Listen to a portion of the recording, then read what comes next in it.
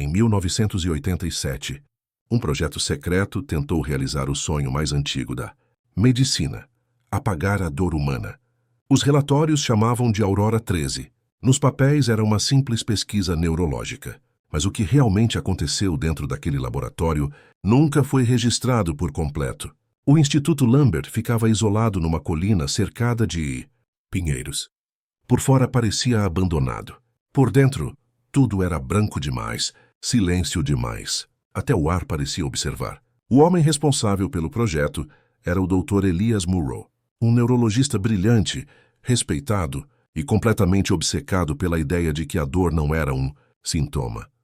Era um ruído, e se fosse possível desligar esse ruído, o corpo humano, enfim, conheceria a paz. O voluntário número 13 chegou tarde, em uma madrugada sem vento. 42 anos, magro, abatido, olhar que parecia sempre cansado.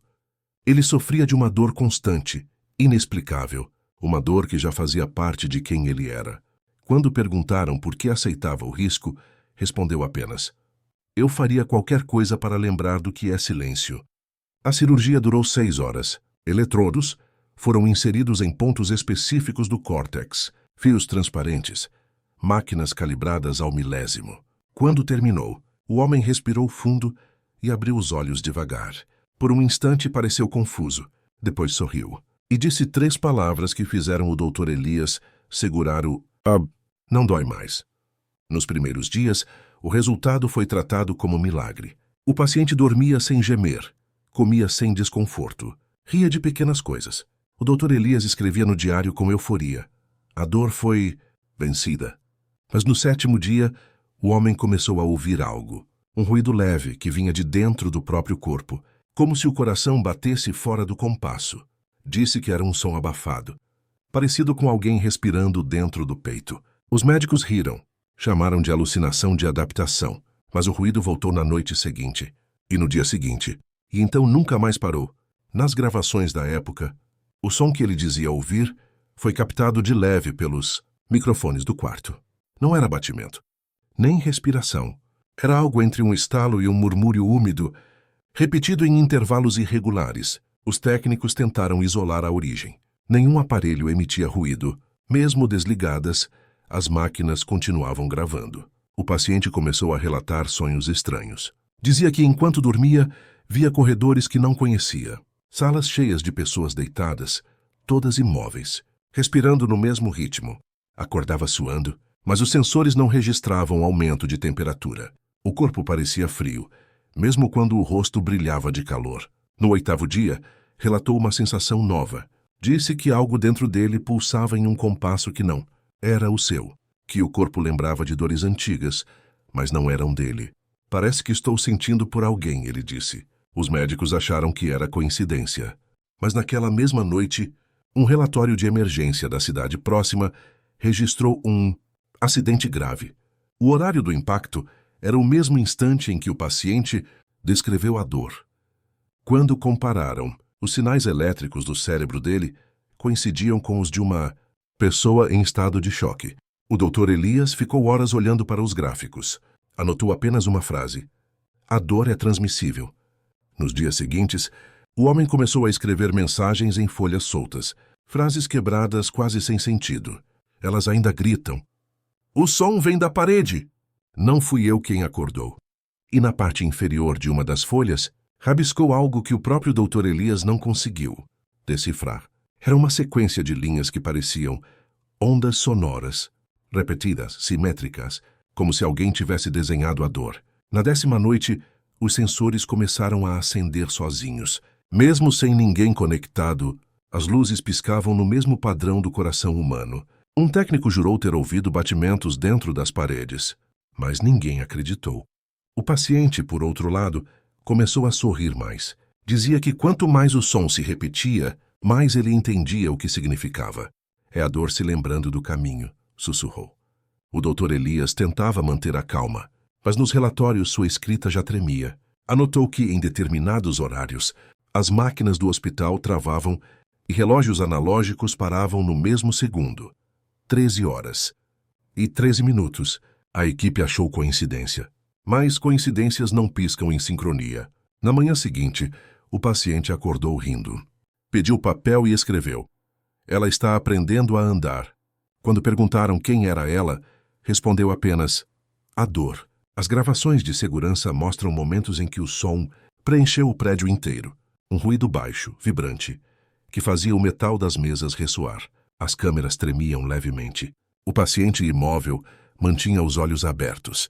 Os sensores desligados continuavam emitindo sinal. Os gráficos mostravam algo impossível, um ritmo idêntico, sendo captado em todas as salas ao mesmo tempo. O Dr. Elias começou a apresentar os mesmos sintomas. Insônia, sudorese, palpitações.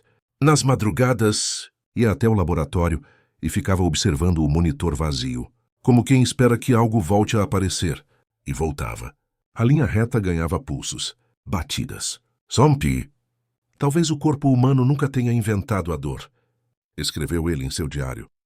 Talvez a dor tenha inventado o corpo para poder existir. Na 13ª noite, o prédio inteiro acordou. As câmeras gravaram sozinhas. As luzes do corredor se acenderam em sequência, e o som voltou. Forte, úmido, profundo, como algo respirando sob o chão. O paciente 13 estava em pé, olhando para o teto. Os fios que antes o conectavam às máquinas agora estavam soltos. Mesmo assim, os monitores mostravam atividade. Os técnicos diziam que era interferência elétrica, mas o Dr. Elias já não acreditava em interferência. Ele dizia que o som tinha aprendido a se mover e que o paciente não era mais o hospedeiro, e sim o ponto de origem. Durante uma madrugada chuvosa, o doutor decidiu ficar sozinho no laboratório. Ligou o gravador e começou a falar consigo mesmo, tentando racionalizar o impossível. A voz dele, cansada, dizia: não há energia, não há sinal externo, mas o som continua. Isso significa que a fonte é biológica. Pausa. Chiado. Depois um ruído distante, repetido a cada 4 segundos. A fita mostra que ele se aproximou do microfone e sussurrou. Ele está transmitindo. Na manhã seguinte, a equipe encontrou o doutor sentado no chão. O corpo estava imóvel, os olhos abertos e os batimentos regulares. Mas os sensores mostravam 2 sinais distintos. Um era dele, o outro ninguém soube identificar. 2 ritmos coexistindo no mesmo corpo. A partir desse dia, o Instituto Lambert nunca mais foi o mesmo. Portas travavam sozinhas. Luzes piscavam sempre no mesmo intervalo. E qualquer pessoa que permanecesse dentro do prédio por mais de 13 minutos relatava o mesmo sintoma.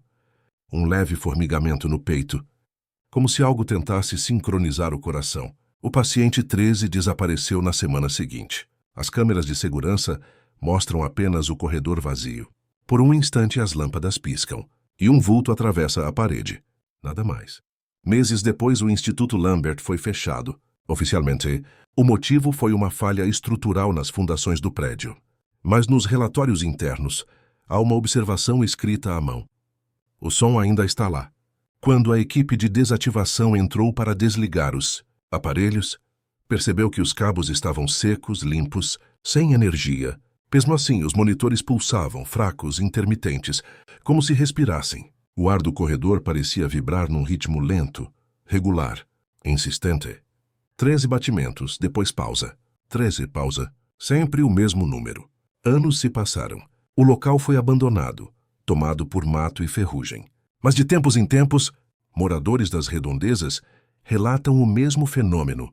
Uma vibração no chão, uma leve pressão no peito, uma sensação de que algo os observa por dentro.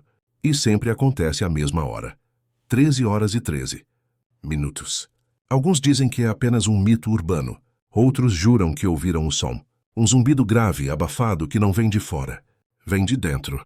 Os arquivos recuperados mostram a última página do diário do Dr. Elias. A tinta quase ilegível, mas as palavras ainda podem ser lidas. A dor não foi feita para desaparecer. Ela apenas muda de corpo.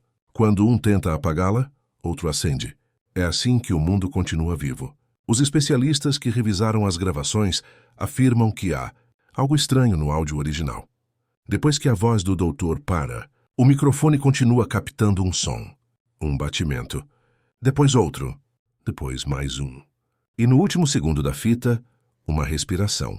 Mas não humana. É como se o ar tivesse aprendido a imitar o corpo que o criou. O Instituto Lambert Não existe mais nos mapas. O terreno foi vendido limpo, reconstruído. Hoje, há um novo hospital no mesmo local. E nas salas de cirurgia, às vezes, um alarme dispara sem motivo. Os aparelhos travam. O ar-condicionado para. E por um instante, todos ouvem o mesmo som. 13 batimentos, pausa. 13, pausa. Ninguém entende a origem. Mas quando o silêncio volta, há uma certeza que ninguém ousa dizer em voz alta.